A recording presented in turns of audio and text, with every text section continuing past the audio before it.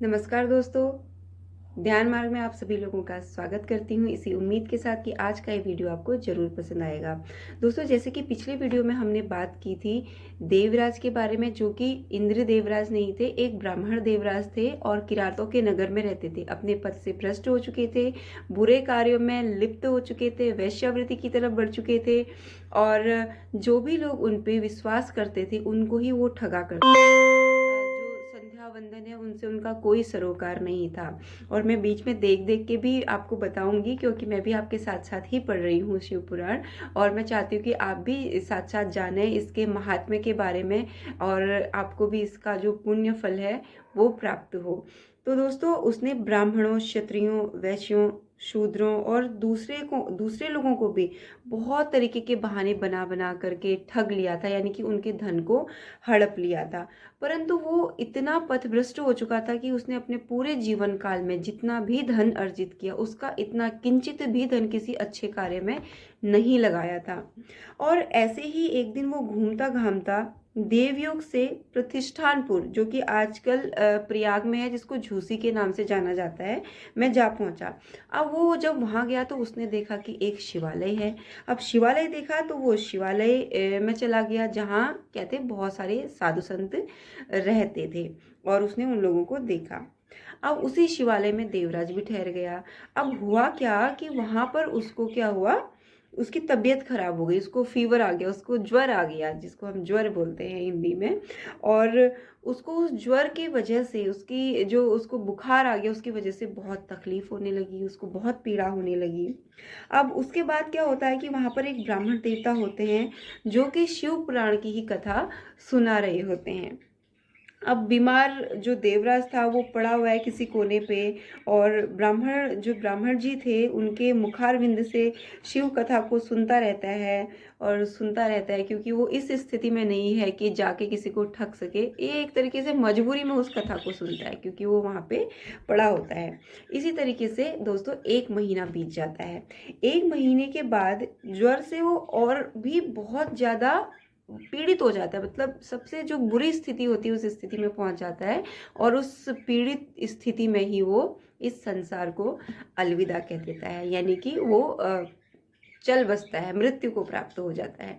अब क्या होता है कि यमराज के दूत आते हैं, जैसे कि होता ही है जब कोई भी अच्छे कर्म करने वाला व्यक्ति की मृत्यु होती है और बुरे कर्म करने वाले व्यक्ति की मृत्यु होती है, तो उसी के अनुसार उसके आगे की जो उसका रास्ता है, उसकी जो जर्नी है वो स्टार्ट होती है। अब यमराज के दूत आते हैं और उसको अपने पाशों में बांधकर बलपूर्वक लेके जाते हैं। अब इतने में ही क्या होता है कि शिवलोक से भगवान शिव के भी जो दूत थे, जो पार्षद गण उनको बोला जाता है, वो आ जाते हैं। और उनके जो शरीर के अंग हैं, गौर अंग हैं, गोरे हैं, कर्पूर के समान उज्जवल हैं। हाथ में त्रिशूल है उनके, और भस्म लगाए हैं वो, रुद्राक्ष की मालाएं उन लोगों ने पहनी हुई हैं, और वे सबके सब बड़े गुस्से में हैं, क्रोध की स्थिति में हैं। और यमराज के दूतों को वो क्या करते हैं, धमका कर उनको उनके चंगुल से जो देवराज थे उनको छुड़ा लेते हैं, और एक बहुत ही अत्यंत सुंदर अद्भुत विमान में बिठाकर कैलाश जाने को तत्पर हो जाते हैं। और उसी समय दोस्तों क्या होता है कि जो यमपुरी है वहाँ बिल्कुल अफरा तफरी मच जाती है, कोहराम मच जाता है।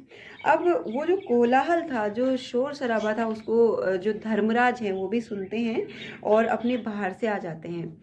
अब सामने क्या देखते हैं कि भगवान शिव के दूत वहां पर हैं।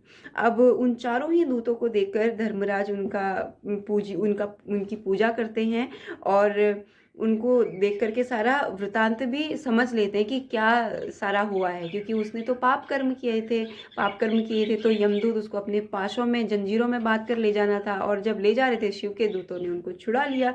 अब लेकिन वो समझ जाते हैं कि क्यों ऐसा हुआ था।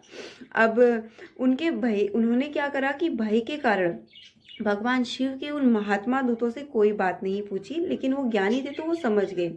उसके बजाय उनकी प्रार्थना करी। उसके बाद जो शिवदूत थे वो कैलाश को चले गए, और वहां पहुंचकर उन्होंने उस ब्राह्मण को दया सागर साम शिव के हाथों में सौंप दिया, मतलब भगवान शिव को सुपुर्द किया गया। तो दोस्तों शिव महापुराण में वर्णित ये सबसे पहली कथा थी जो सूत जी ने शौनक जी को सुनाई थी।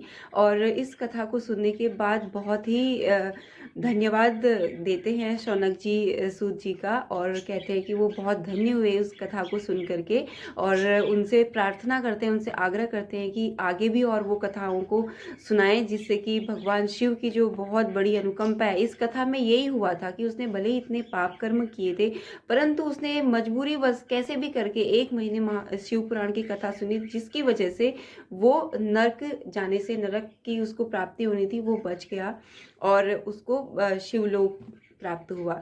पर दोस्तों यहाँ पे एक बात ये भी सुनने वाली है, वो उस युग की बात थी, वो तब भी फिर कर्म उतने बुरे नहीं होते थे लोगों को। यहाँ तो कलयुग है, कलयुग में भी है कि कलयुग केवल नाम आधारा, सुमिर सुमिर नर उतरे ही पारा, परंतु फिर भी ऐसा नहीं है कि कुछ भी करते रहो और बस लास्ट में भजन कर लो, कीर्तन कर लो और भगवान जी के लोक में चले जाएंगे, ऐसा बिल्कुल भी नहीं है। इसके पीछे सीधा सा लॉजिक है। जीवन भर व्यक्ति जो भी काम करता है, जिन भी लोगों का स्मरण करता है, जो भी चीज़ें उसकी माइंड में चलती रहती है, मृत्यु के समय चाहे कितनी ही कोशिश कर ले व्यक्ति, उसके दिमाग में नहीं आएगी भक्ति। अगर मैं ये सोचूं कि मैं कुछ भी जिंदगी भर करती रहूं और मरते टाइम भगवान का नाम ले लूंगी, भगवान के लोक चले जाऊंगी, तो ये पॉसिबल नहीं है दोस्तों। तो इसीलिए जैसे हमारी दिनचर्या में सारी चीज़ शामिल होती है, उसी तरीके से उस परमात्मा का ध्यान करना, सुमिरन करना, पूजा करना भी हमारे डेली रूटीन का एक हिस्सा होना चाहिए।